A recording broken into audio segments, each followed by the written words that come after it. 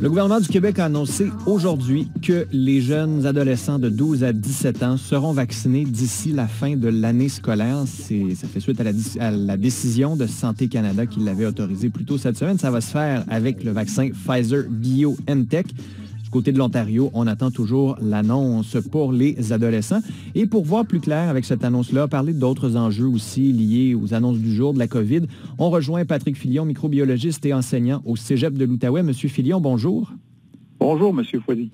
Alors, on a appris aujourd'hui que les jeunes, les adolescents se feront vacciner d'ici la fin de l'année scolaire avec le vaccin Pfizer-BioNTech. Savez-vous si on va pouvoir se faire vacciner avec un autre vaccin ou ça va être le seul qui va être utilisé pour les jeunes puis les adolescents?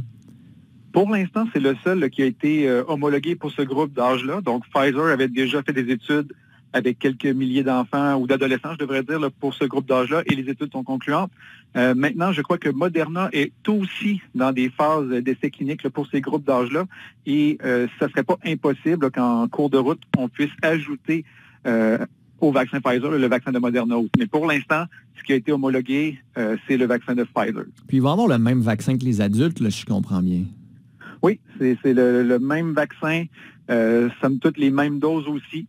Donc, il n'y a aucun changement là-dessus par rapport à ce qui va être produit pour les enfants, surtout les adolescents, encore une fois, là, qui vont recevoir le vaccin. Donc, ça serait la même chose. Puis les mêmes effets secondaires, mêmes enjeux. Le vaccin fonctionne bien pour les adultes, devrait bien fonctionner pour les enfants. Oui, puis en fait, même pour les adolescents, le pourcentage, là, disons, de succès est établi à 100 %. Okay. Donc, c'est un petit peu supérieur à ce qu'on a vu chez les adultes, en raison, entre autres, on va dire, de l'efficacité d'un jeune système immunitaire. C'est sûr que là, on a fait des études sur quelques milliers d'enfants, mais si on projette là, dans un avenir rapproché de quelques millions, sûrement qu'il y aura peut-être quelques-uns là, qui auront peut-être même la COVID, mais le pourcentage d'efficacité pour l'instant là est supérieur à ce que l'on voit chez les adultes. Et ça voudrait dire techniquement que la plupart des Québécois vont pouvoir avoir une première dose du vaccin d'ici la fin juin, probablement une deuxième dose cet été, fin août, début septembre. La rentrée en septembre pourrait normalement se faire sans virtuel. Là, si tout le monde a reçu les 2 doses avant la rentrée scolaire, on pourrait dire que c'est le retour à la normale. C'est ce que je souhaite. Je crois que c'est ce que tout le monde souhaite. Les enfants en premier. Donc, on souhaite qu'ils retournent à l'école en présentiel. Moi, étant enseignant, j'aimerais bien revoir mes étudiants aussi en classe. Ils sont un petit peu plus vieux, mais de jeunes adultes. Donc, ça serait bien.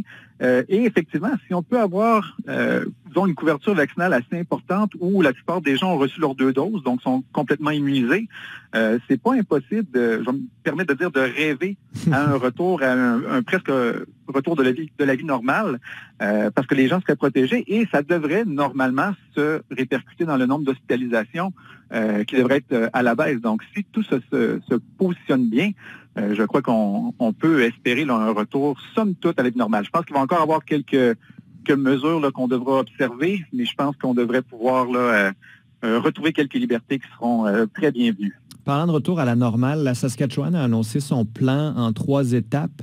On dit qu'une fois que les 40 ans et plus seront vaccinés à 70 %, on va pouvoir commencer à ouvrir certaines choses comme les restaurants, les lieux de culte avec 150 personnes, des classes, par exemple, dans les gyms, mais à 3 mètres de distance, des événements privés avec à peu près 10 personnes. Après ça, les 30 ans et plus vaccinés à 70 %, là, on va encore ouvrir davantage. Et une fois que les 18 ans et plus seront vaccinés à 70 %, on devrait être en mesure de presque tout ouvrir. Et là, je parle vraiment juste de 70 % première dose. Oui. Est-ce que c'est un plan qui est réaliste? Est-ce que le chiffre de 70 % c'est le chiffre magique? Parce qu'ici, à la santé publique fédérale, on disait 75 %. Le chiffre magique, oui. Vous, ce serait quoi? Moi, c'est plus dans le 75-80 %, avec surtout là, les variants qui sont beaucoup plus facilement transmissibles.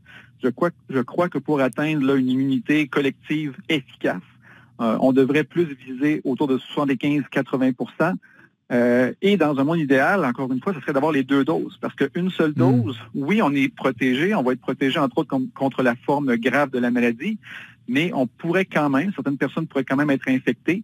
Donc, je crois que ce serait peut-être plus sage ou peut-être plus réaliste, justement, d'y aller avec une vision où on veut que les gens soient complètement immunisés et effectivement d'y aller avec un retour progressif, donc ouverture, comme vous l'avez dit, des restaurants, mais disons avec une quantité de personnes plus limitée par table, des regroupements limités à un certain nombre de personnes, donc y aller progressivement, mais ça se dirige dans la bonne direction. Puis je trouve que l'approche de la Saskatchewan, elle est intéressante parce que ça donne un petit peu un objectif à la population et ça met, ça responsabilise, on va dire ça comme ça, la population. On vous dit, regardez, si vous atteignez tel seuil de vaccination, on va vous permettre, disons, certaines libertés. Donc, ça remet un petit peu le contrôle là, dans les mains de la population. Puis je crois que les gens avaient besoin de ça, de voir qu'ils ont un certain contrôle là, sur la sortie de la crise. Même si le seuil n'est peut-être pas assez ambitieux pour être sûr que ça fonctionne. Parce qu'il y a à ce niveau-là de 70 %, une seule dose,